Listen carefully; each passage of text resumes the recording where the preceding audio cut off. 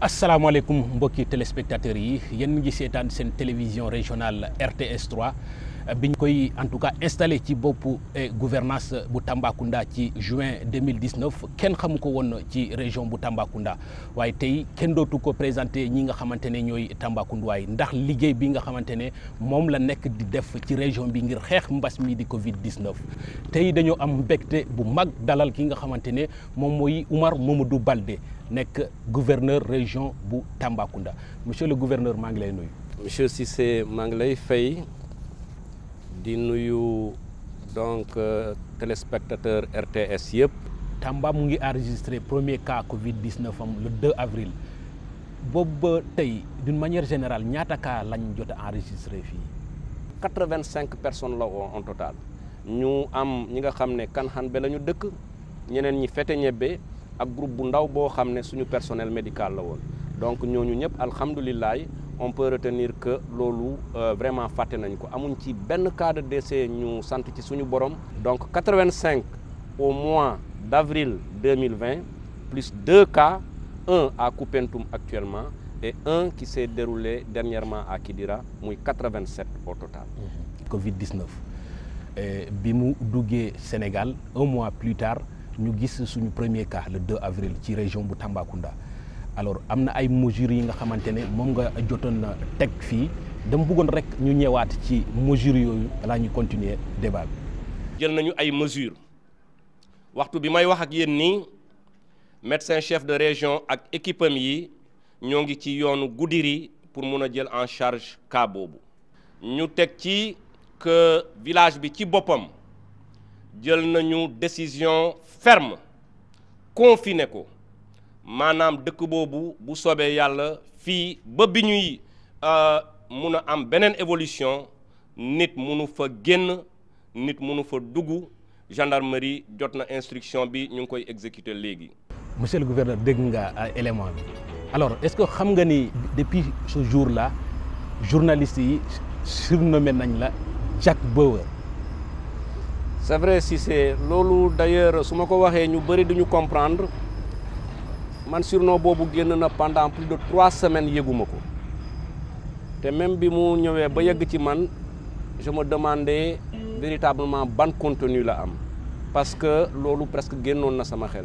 mais bi ma laajtee xamoon naa ne par la suite du lu bon au contraire autorité bu taxawoon pour mun a protéger population yi. te mesure bi biñ koy jël dañu xamoon ne il faut que nga ànd ci ak caractère. est-ce que tey yaa ngi accepté ñu lay woowee Jack Bauer wala bëggoo. bon loolu déjà kenn du ko bañ boo demee ba laajtee parce que lu ñaaw nekkul ci ginnaaw. xam nga en général bu ndam amee ki nekk ci kaw rek la ñuy gis di tudd. ces résultats ne sont pas ceux du gouverneur de région Oumar Mamadou Baldé. ce sont les résultats de toute une communauté. ñu ngi ci en tout cas njeexital atum 2020 ci région bu Tambacounda ñu bëri dañu naan c'est Mamadou Oumar Baldé l'homme de l'année lan moo ci sa xalaat. sant leen rek.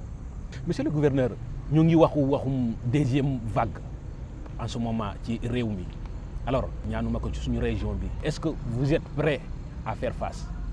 suma mission lu mu laaj pour sauver population yi pour atteindre suñuy objectif dinaa ko def te dinaa ko def sans état d'âme ba pare suivre ko ba mu yegg incha allah. est-ce que mën nañ xaarandi bu boobaa restriction yi nga xamante ne moom nga fi tegoon ci premier cas bi nga tegaat leen. si le contexte laaj na restriction yu gën a bëri pour sauver askan wi du ma am hésitation pour def ko. lycée Mame Cheikh Mbaye dafa nekk ci travaux de rénovation liggéey yi ci jamono yi fu ñu toll.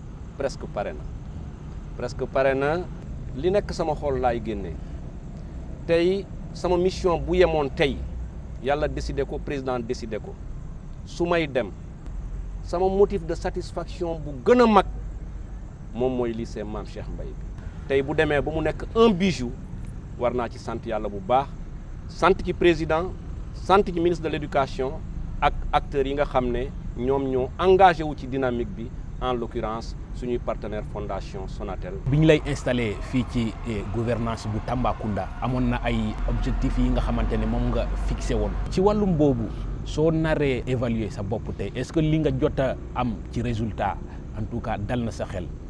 saay-saay yi ak délinquant yi yaboon nañu loolu Tambacounda ba pare yàlla firndeel ko maa ngi jël service 3 jours après ñu assassiné fii commandant de brigade bu Koupentoum. Effectivement ñooñu 5 jours la ñu liggéey ñoom ñëpp ñu teg leen loxo nga baal ma expression bi nous avons cassé les reins des membres de cette bande qui avait tué le commandant Sané et qui écumait cette zone de Koupentoum Payar.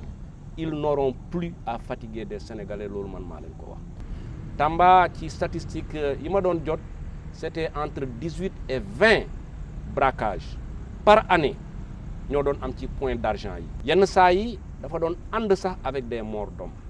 xawma lii di xew suba dans une semaine ou dans un mois mais waxtu bi ñuy def interview bi amul région bu ëpp sécurité Tambacounda.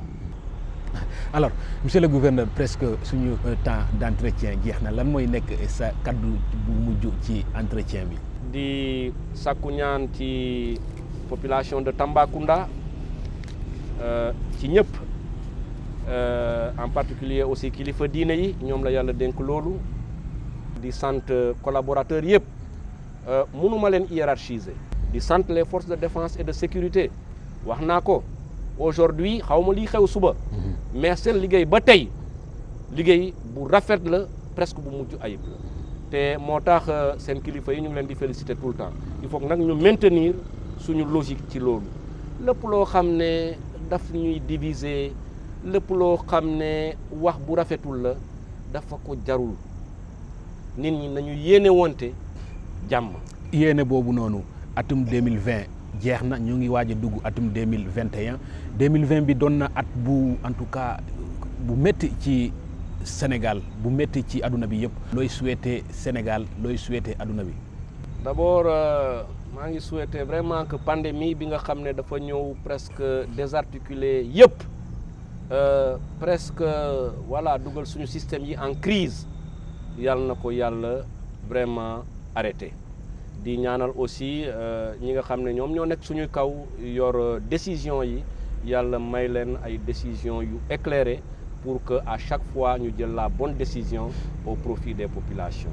Ensuite di ñaan aussi que fii à Tamba yàlla may ñu dal ñun ñëpp ñu joxante loxo te koo gis nga xam ne kii li muy def jëmul kër vraiment wooteel fi nga war a woote ñu teel ci jóg.